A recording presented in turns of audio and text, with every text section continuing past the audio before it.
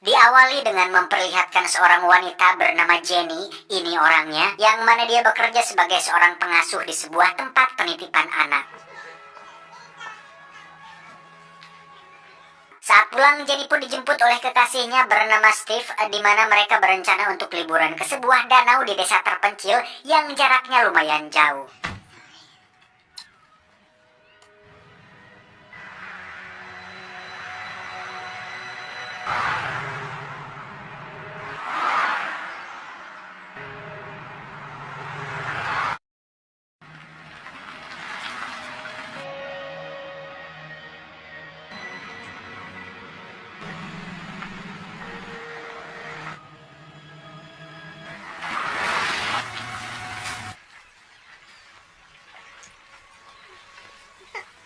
Singkat cerita, mereka pun terlihat sudah sampai di danau tersebut dan langsung menikmati indahnya alam dengan rebahan tepat di tepian danau. Namun liburan mereka sepertinya tidak terlalu menyenangkan karena ada sekelompok remaja yang menyetel musik dengan cukup keras dan seekor anjing yang bolak-balik menghampiri Jenny.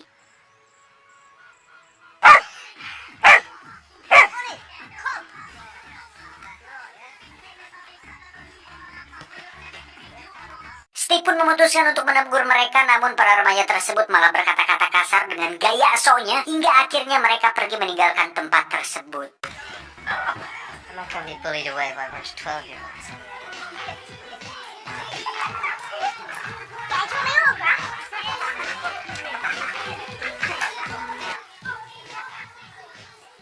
Singkat cerita, malam pun saat mereka akan pulang, Steve pun dikejutkan dengan hilangnya kunci mobil yang ternyata sudah diambil oleh anak-anak bandel itu dan membawa mobilnya kabur entah kemana.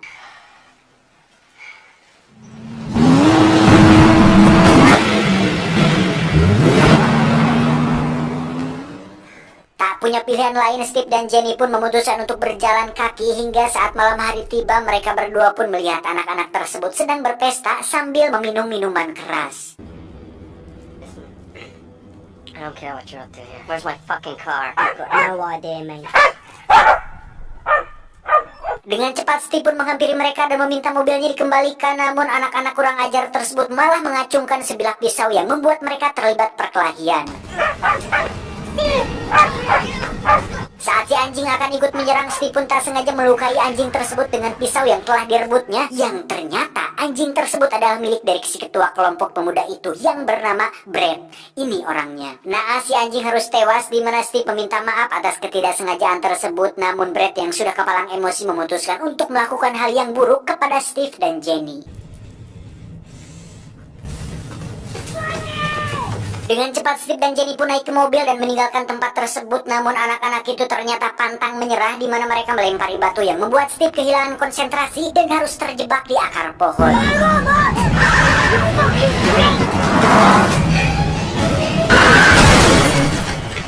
Dengan keadaan itu, Steve pun menyuruh Jenny untuk sembunyi sampai situasi benar-benar aman. Namun apa yang terjadi, anak-anak bandel tersebut ternyata membawa Steve dan mengikatnya, kemudian menyiksanya bergiliran, di mana tindakan tersebut sama sekali tidak mencerminkan seorang remaja pada umumnya. Sumpah, kalau kalian nonton sendiri filmnya atau udah pernah nonton filmnya, pasti ikut emosi, asli.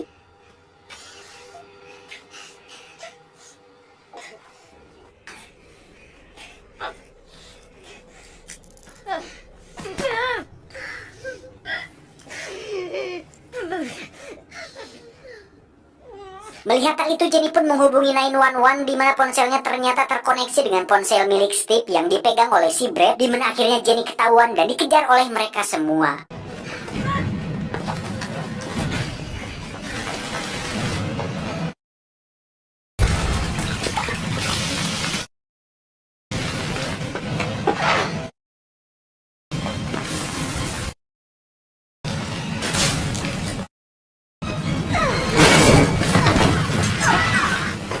Beruntung sebagai seorang pengasuh yang terbiasa ucing sumput dengan anak-anak kecil, Jenny berhasil mengelabui mereka dan bersembunyi dengan baik, yang tanpa mereka semua sadari, Steve sudah kabur dan lolos dari ikatannya.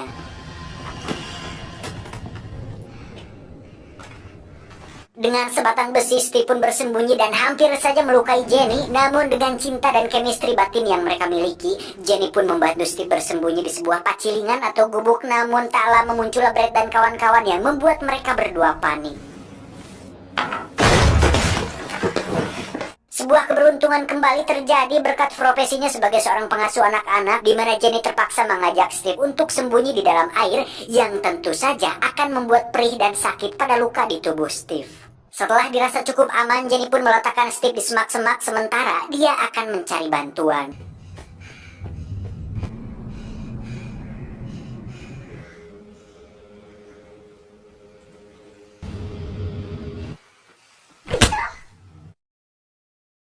Namun lagi-lagi Brad dan kawan-kawan pun berhasil menemukan Jenny, di mana kali ini mereka bertindak lebih sadis dengan mengikat mereka berdua lalu menyiramnya dengan bensin dan bermaksud untuk membakar mereka berdua hidup-hidup. Anjing, makin parah. Paige, get filming. Oh, look at you.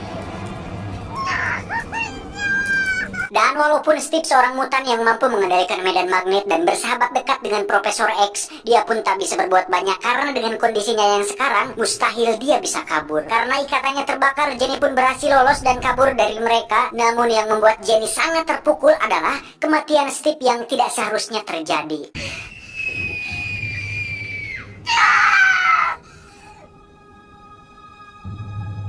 Jenny kemudian bersembunyi di dalam tempat sampah hutan yang sangat bau hingga Brad dan satu kawannya tidak mencurigai hal itu sama sekali.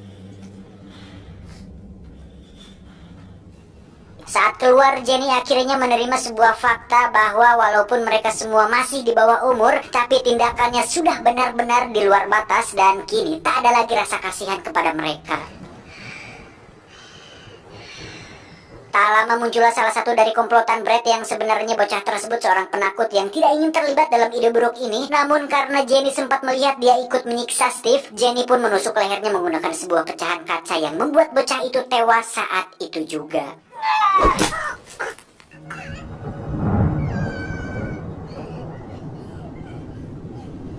Saat malam tiba, Brad dan kawan-kawan pun menemukan jasad si bocah tadi sudah terbujur kaku, di mana salah satu temannya berniat untuk menelpon polisi. Namun hal itu mendapat kecaman dari Brad yang langsung memukulnya dan menginjak kepalanya beberapa kali hingga dia meninggal dunia.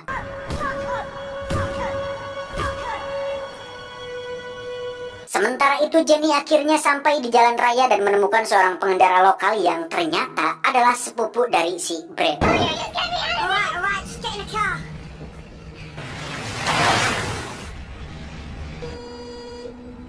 Fuck. Saat melihat Brad datang, Jenny pun dengan cepat mengambil alih kemudi dan kabur dari sana, di mana dia sempat menabrak seorang gadis yang merupakan anggota dari komplotan si Brad yang membuatnya tewas di tengah jalan.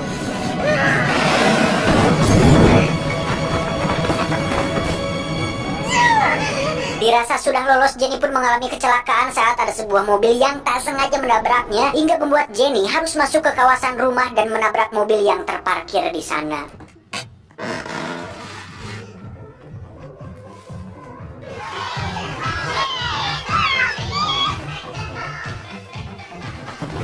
Dan faktanya orang-orang itu adalah orang tua dari anak-anak bandel tersebut, di mana Jenny secara tidak sengaja justru masuk kembali pada situasi tidak aman. Dan benar saja, saat mereka mencoba menolong Jenny dan menyuruhnya membersihkan diri, muncullah Brad yang mengatakan bahwa Jenny sudah membunuh teman-temannya tanpa dia menceritakan kronologi yang sebenarnya.